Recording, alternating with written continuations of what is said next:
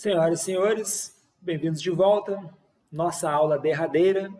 Vamos fazer, então, um apanhado aí de questões de concurso, de provas de concurso na área de medicina legal e criminalística. Tentar fazer uma amarradura aí com questões do direito penal e do processo penal. Lembrando para os senhores que nessa aula 24 nós vamos, então, proceder a um exame técnico, um olhar mais aprofundado, certo? Sem medo de errar, analisar friamente as questões de prova dos concursos para perito criminal do concurso do Instituto Geral de Perícia de Santa Catarina de 2017, perito criminal do Instituto Geral de Perícia do Rio Grande do Sul e técnico em perícias do Instituto Geral de Perícias do Rio Grande do Sul. Por que eu pego essas três provas, gente? Para mostrar para os senhores que as questões, embora variem bastante, o que varia, na verdade, são os editais. Porque as provas em si, o conteúdo, ele não varia muito. Então, como eu já estou dizendo, tentando sustentar para os senhores desde a aula 1, a tendência é que o avaliador vá mesclar conhecimentos de medicina legal com direito penal, processo penal e criminalística. E não há sentido no estudo da criminalística apartado da medicina legal. Elas representam uma coisa só. Primeira prova que eu quero analisar com vocês, gente, é esse concurso do IGP de Santa Catarina de 2017, certo? Destaque aqui, ó, na questão 12, na prova de inglês. Vejam a importância do inglês. O texto trata de uma questão de antropologia forense e de termos já calejados da literatura de antropologia forense, mais especificamente da arqueologia forense, que é um ramo da antropologia. Então, pessoal, aqui essa questão, na verdade, ela tratou de uma interpretação de texto, mas percebam que o inglês instrumental, ele mostra-se fundamental para o estudo do concurso público para perito criminal e perito médico-legista e dessa área pericial, certo? Então, a dica valiosíssima que eu dou para os senhores, aprofundem o conhecimento, pelo menos do inglês instrumental, pelo menos da questão do vocabulário dos senhores na língua inglesa para a área de medicina legal e criminalística, certo? Eu estou com os dados aqui do concurso de 2017 do IGP de Santa Catarina, apenas para os senhores terem uma ideia. Essa prova de inglês, ela tiveram 8 questões do concurso, certo? Então, 8 questões, gente, num ambiente de 80 questões é 10%, é muito. A gente precisa ter noção da importância do inglês instrumental para a prova. É claro que outras questões apareceram, mas haviam 2 textos, e este texto sobre antropologia, ele basicamente privilegiou aqueles alunos que tinham conhecimento do inglês instrumental. Só para os senhores terem conhecimento, foram nesse concurso de 2017 do IGP de Santa Catarina, foram 10 questões de português, 8 de inglês, 12 de direito penal e processo penal, 5 de lógica, 5 de informática, 9 de criminalística, 4 de balística forense, gente. É muito raro aparecer balística forense no concurso. A balística forense normalmente fica lá para o curso de formação. Pois é, essa matéria caiu no concurso. 4 questões. Entomologia forense, o estudo da fauna cadavérica, 2 questões. Também muito raro de aparecer. Documentoscopia forense, inédito, nunca apareceu. 4 questões. Perícias em local de incêndio, gente, 4 questões. Fotografia forense, 4 questões. Georreferenciamento e perícias ambientais, 4 questões. E medicina legal, 8 questões. Então, pessoal, percebam que é muito importante o estudo do todo. A medicina legal e a criminalística, hoje em dia, são todas as questões que nós comentamos e até no português ela está presente, certo? Então, vamos lá. Vamos fazer a nossa revisão. Vejam aqui a questão 19, ó, já trata do concurso de pessoas, coisa que nós tratamos aqui na prova, no nosso curso de Medicina Legal e Criminalística. Questão tratando aqui de tipicidade conglobante, sujeito ativo, tudo aquilo que nós tratamos, certo? Então, deem uma olhada com calma e percebam aqui as diferenças. Aqui também, falando homicídio contra a mulher por razões da condição de sexo feminino, ou seja, Lei Maria da Penha, crime de falsidade de atestado médico. Vejam lá, ó, as proposições 1 e 4 estão corretas. 2 e 4. A1. Há excesso de exação se o funcionário público solicitar ou receber para si o patrão diretamente ainda fora de função, razão, vantagem indevida ou aceitar promessa. Excesso de exação, não se trata de delito, aqui não é exatamente a nossa área. Mas vejam o inciso 2 como é bastante a nossa área. Se o homicídio é cometido contra a mulher por razões da condição de sexo feminino, será considerado crime qualificado, tendo sua pena prevista como de reclusão, seu mínimo 12 e máximo de 30. Pessoal, aqui o avaliador está perguntando a pena. Então, ele vai muito na ferida, é muito difícil isso acontecer. Normalmente, quando o avaliador perguntar a pena, colocar a pena, ele está falando a verdade. Ele dificilmente vai mentir a pena para tentar enganá-lo, certo? Então, aqui dificilmente o avaliador vai falar a pena de forma equivocada. Quando aparecer a pena e vocês não lembrarem, percebam que ela sendo de reclusão para um crime grave e tendo uma pena razoável, vocês sabem que o homicídio tem uma pena e ele pode ser agravado pelas condições da vítima ser mulher e o crime ser praticado nessa situação, então nós teremos uma pena agravada. E por fim, aqui, inciso 3, comete o crime de falsidade de atestado médico, ó, crime próprio de médico, falsidade de atestado médico. O médico, enfermeiro ou prático no que o exercício da sua profissão para si ou para outro atestado falso, visando ou não o lucro. Então, comete esse crime qualquer um, não apenas o médico. O médico pode praticar o crime de falso, mas pode ser também o enfermeiro ou qualquer outro que no exercício da profissão cometa um engodo. Então, na verdade, este crime não pode ser praticado por enfermeiro ou outro profissional da saúde, apenas pelo médico. Por fim, qualifica-se o crime de furto se a subtração for de ser movente, coisa domesticável. Não é a nossa matéria, mas percebam que ela misturou todas as áreas do direito aqui para tentar enganar os senhores. Certo? Aqui uma questão clássica de perícia no CPP. Olha o inciso 1 lá, um baita de um texto para dizer uma verdade. Somente a 1 e 4 estão corretas. Então, nos termos do CPP, logo tiver conhecimento da prática da infração penal, a autoridade policial deverá dirigir-se ao local, providenciando para não se alterar o estado de conservação das coisas, até chegar aos peritos criminais. Apreender objetos. Pessoal, ele pegou o artigo 6º aqui e colocou todinho. Ipsis literis. Inciso 2. Nos delitos que deixam vestígios materiais, a confissão do acusado pode suprir a falta do delito. Seja ele direto ou indireto. Não, apenas no indireto, né, gente? A gente viu lá que os delitos que deixam vestígios, crimes materiais, pode ser suprido. Se não tiver perícia, se o exame não for direto, a confissão pode suprir apenas no indireto. 3. Por imposição legal, o juiz fica adstrito ao laudo, não lhe sendo lícito aceitá-lo ou rejeitá-lo no todo ou em parte. Como assim? A questão não faz sentido. E, por fim, tratando-se de perícia complexa que abrange mais de uma área de conhecimento especializado, poder-se-á designar a atuação de mais de um perito oficial e a parte indicar mais de um assistente técnico. Veja a diferença aqui entre perito e assistente bem clara na questão. Então, correta 1 e 4. Adiante. O perito está sujeito às situações provadas de compatibilidade de impedimentos que não ocorrem. O que não ocorre nos casos de suspeição, está errado, claro que ocorre, o perito está sujeito ao mesmo regime dos juízes, lembrem da imparcialidade. Inciso 2. Conforme determina o CPP, as partes não interferirão na missão do perito, sendo ato exclusivo da autoridade policial ou judiciária. Sim, está certo. O impedimento ou suspeição decorrente da parentesco para afinidade não cessará pela dissolução do casamento que tiver dado causa. Está errado. Dissolução do casamento dissolve o impedimento ou a suspeição. Isso está lá no CPP. Inciso 4. Sendo dever de todo cidadão concorrer com seus conhecimentos especializados, experiência e talentos especiais para que o Estado realize a finalidade, prevê o CPP a sanção pecuniária àquele que não aceitar o encargo e não exercer adequadamente, salvo justificativa, mas está certo. Então vejam que questão sorrateira. Aqui questões de arma de fogo, como eu falei para os senhores, questões referentes ao sistema de drogas, questões referentes a Maria da Penha. E aqui, gente, questão 41, vejam aqui os princípios da criminalística que eu falei para os senhores, presentes aqui na prova. Ó. Edmund Locard, nascido na França em 1877, trabalhava como médico legista em Lyon, além de ter labutado muitos anos como professor e criminologista Alexandre Lassassin.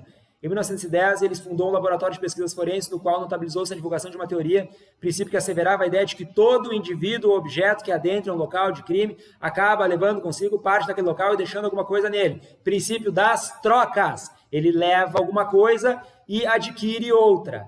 Princípio das trocas. Então percebam aqui, gente, o início da parte histórica na prova. Nós tivemos 2 aulas, a aula 3 e a 4, só sobre parte histórica. Por quê? A parte histórica está começando a aparecer nos concursos. Então é muito importante que os senhores atentem para a questão histórica para não incorrer em erro, certo?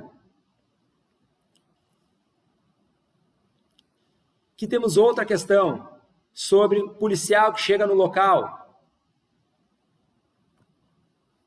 O policial entra no local onde ocorreu uma tentativa de homicídio, notou que havia uma mulher com ferimento perfurando seu abdômen. Embora a vítima estivesse perdendo sangue, ainda mostrava sinais de vida. Se a vítima mostrasse sinais de vida, ele levou ela para o hospital. E aí diz que, com base no CPP e na doutrina consagrada de preservação de crime, Ferdinando não será isento de responsabilização por adentrar e alterar o local no seu ato de socorrer a vítima, tendo em vista a prioridade de preservar a vida humana. Vejam, pessoal, como está correto.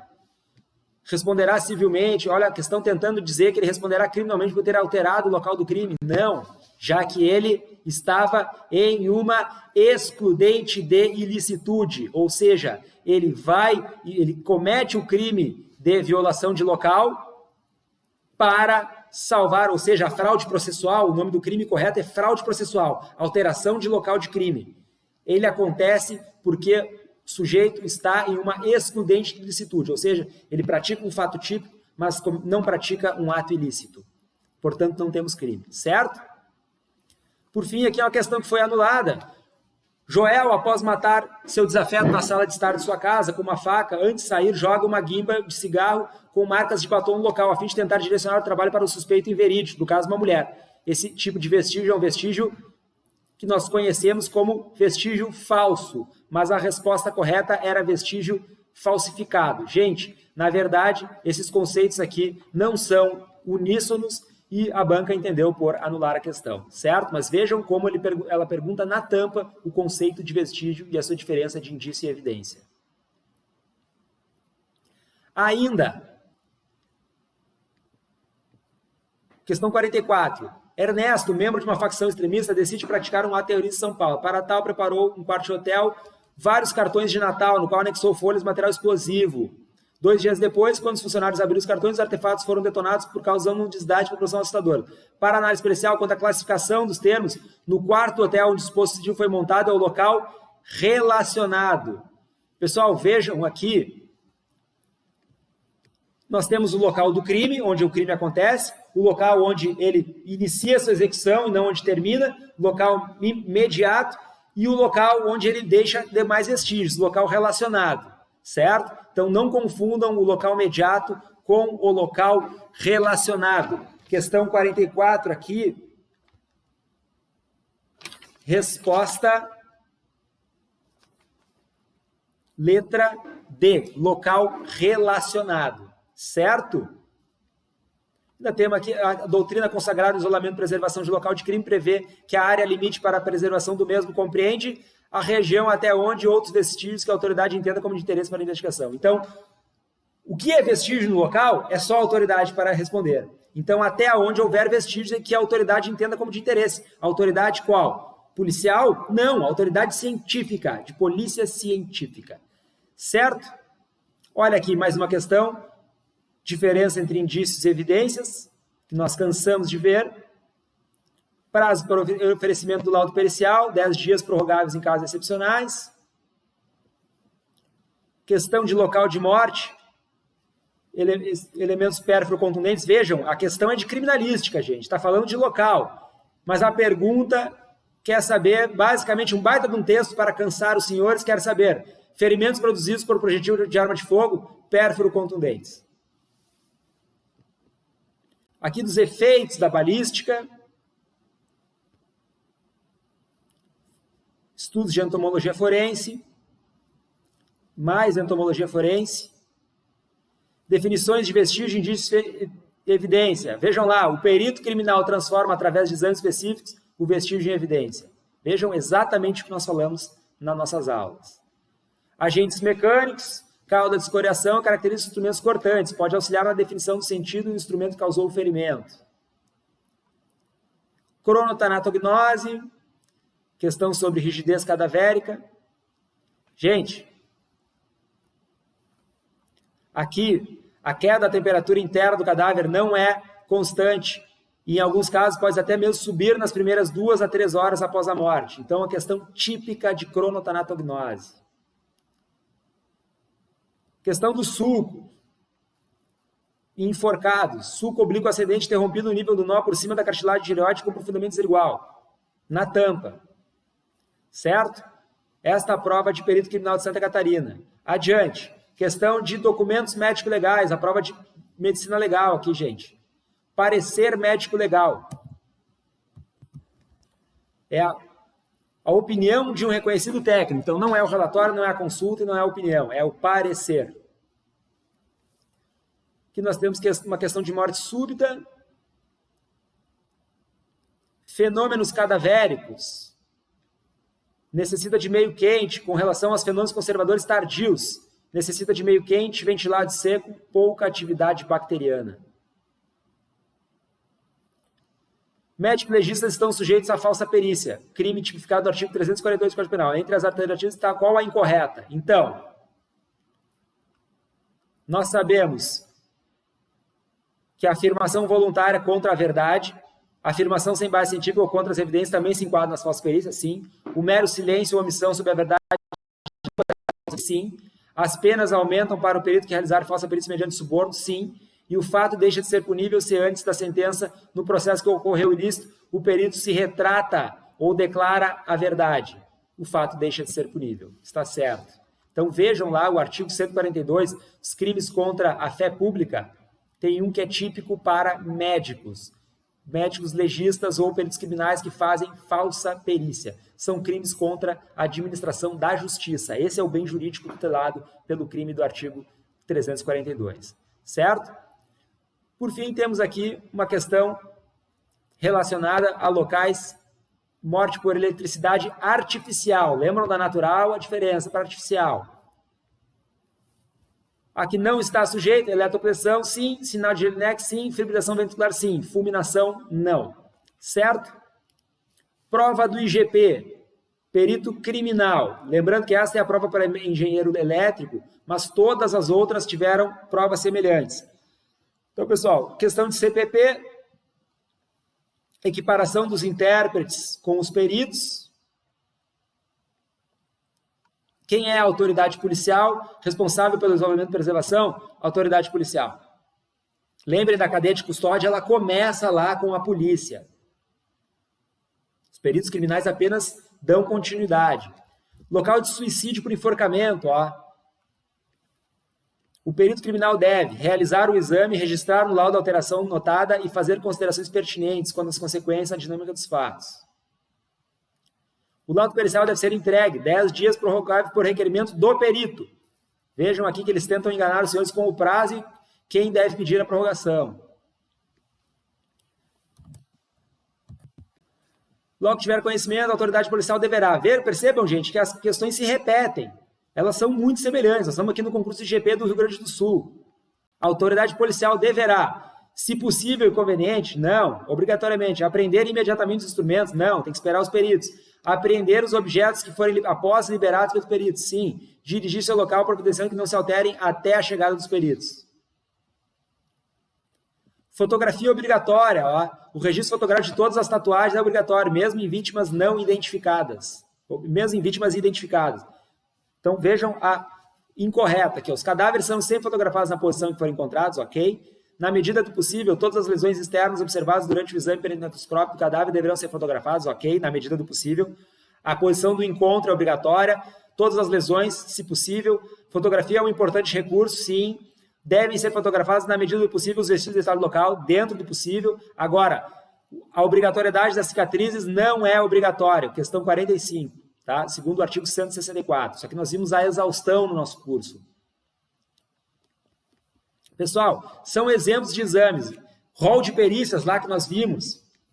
Suicídio, reprodução simulada e desmatamento. Sim. Poluição. Não. Exumação. Não é feito por perito criminal, é por médico legista. Identificação do cadáver. Não é feito por perito criminal. Confronto de perfil genético. Não é feito por perito criminal. Desculpem, necrópsia. Não é feito por perito criminal. Confronto de perfil genético por perito laboratorista. Pode ser criminal. Agora, a necrópsia, não. Então, vejam aqui, ó. Poluição, não. Exumação, médico legista. Identificação de cadáver, médico legista. Necropsia, médico legista. Certo? Vamos ter outras questões aqui pertinentes ao estudo relacionado com DML, mais uma. Aqui uma questão de luminol, questão da prova de química forense. Luminol, quimioluminescência. Então, o luminol, através de uma reação de quimioluminescência, possui a capacidade de revelar a presença de sangue oculto ou lavado, sangue humano, né?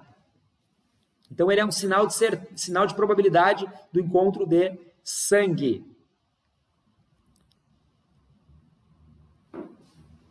Questão referente à cadeia de custódia, gente. Olha só que interessante. Senasp elaborou uma padronização. Isso aqui nós vimos a exaustão, certo? Os objetos que não forem coletados pelos peritos criminais ficarão sob a custódia de familiares da vítima, que não forem coletados. Está correto. Então, qual é a incorreta? Verificar áreas mediatas e imediatas. Somente por ordem dos peritos criminais, pessoas poderão ter acesso à área isolada. Coleta de material biológico será referida sempre com uso de luvas. Em caso de morte com suspeita de utilização de arma de fogo e não havendo coleta de material, deverá providenciar para que sejam protegidas e preservadas as áreas anatômicas de interesse dos exames, ou seja, ensacamento das mãos. E o errado aqui é os objetos que não forem coletados pelos peritos ficarão sob a custódia das familiares. Não existe custódia, é devolvido para os familiares, não existe custódia. O erro aqui está sob custódia, certo? Não existe custódia de familiares, nem de locais. Procedimento operacional padrão na coleta de sangue, bastante aparecido aqui. Coleta de amostras secas sob suaves, não absorventes, aceitos com suave, estéril, umedecido com água destilada. Questão 52. Local de crime. Ações que a equipe pericial deve executar. Fotografar as características do local, averiguar a existência de sinais de luta, numerar vestígios, coletar projetil balístico, observar atentamente as condições de posição do local. Se o local não estiver devidamente isolado, há impedimento do perito, portanto, não haverá busca por vestígios. Está errado, gente. Ele apenas vai fazer as considerações no laudo pericial. Certo? Que mais uma questão sobre documentos médico-legais. Temos aqui questão de lesões, ó. Equinoma é uma equimose localizada na face anterior das coxas. Não. O espectro equimótico de Legros-Sal tem valor absoluto em relação à determinação da cronologia da produção das equimoses do corpo da vítima. Está errado. Bordas irregulares, escoriações equimosadas, fundo irregular, presença de pontes de tecidos íntegros entre uma borda e outra ferida, vertentes irregulares são, entre outras características, feridas contusas. Está correto. Luxação é um tipo de lesão causada por ação contundente. Está correto. Certo? Mais uma questão aqui por arma branca. Então, questões bastante pertinentes. Pessoal, passemos aqui para a prova de técnica em perícias e eu saliento para os senhores como nós temos a presença de questões parecidas, tanto para a área de nível superior como a área de nível médio e técnico. Percebam aqui as questões para nível médio, gente, como elas aprofundam a parte do processo penal, parte da suspeição do perito. Questão de competência aqui caindo na prova, ó. Aqui nós temos a questão de documentação, igualdade racial, Maria da Penha, e aqui onde eu queria tratar para os senhores, olha, prova de biologia geral, e no entanto, a questão já vem perguntando sobre traumatologia forense. Percebam a mistura que eu falei para os senhores, como os editais e as provas têm misturado conteúdos. Então, na prova de biologia já aparece traumatologia forense, ou seja, o avaliador abre mais uma questão de medicina legal na prova de biologia e deixa de cobrar o conteúdo lá na prova de medicina legal. Então, a traumatologia forense é uma das importantes áreas da medicina legal e estuda as energias vulnerantes às lesões produzidas por elas. Então, pede para marcar a incorreta, vocês têm que saber qual é a correta. Falando sobre suicídio, falando sobre arma de fogo, asfixias mecânicas, enfim, misturando conceitos, certo? Diferentes aulas da biologia forense. Olha, a prova é de biologia. Poderia estar perguntando até botânica aqui. E, na verdade, está perguntando aqui sobre genética forense, hematologia forense. Certo? Coleta de vestígios biológicos em local de crime. Tudo na prova de biologia. Prova de medicina legal também pergunta sobre biossegurança. São conceitos que a gente não conseguiu trabalhar aqui no nosso curso. Questões sobre material pérfuro cortante. Questões sobre procedimentos em laboratório. Questões de biologia, anatomia humana propriamente ditas. Certo? E aqui na prova de criminalística, devemos distinguir fundamentalmente dois tipos de morte, natural e violenta. Exemplos de morte violenta. Né? Então, nós sabemos que o infarto agudo do miocárdio não é uma morte violenta, o disparo de arma de fogo é. O acidente de trânsito é e o enforcamento é. Um acidente e um suicídio.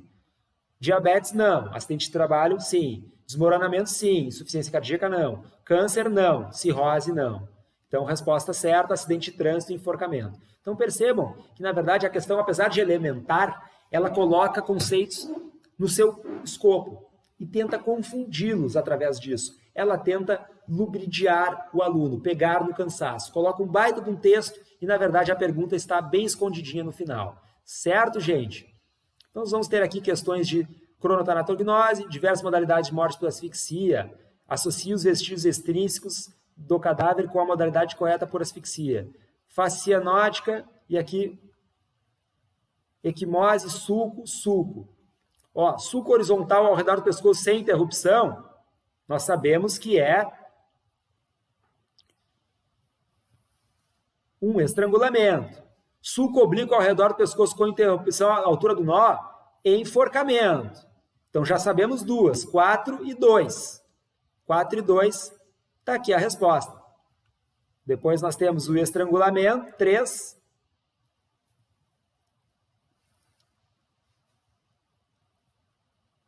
E a face cianótica macerada, mãos e pés, afogamento 1. Então sabemos que a 1 está aqui. Certo? Resposta correta, 1, 3, 4 e 2. Pessoal, manchas de sangue, nós não tivemos tempo de ver, também importantíssimo para a prova. Questões aqui relacionadas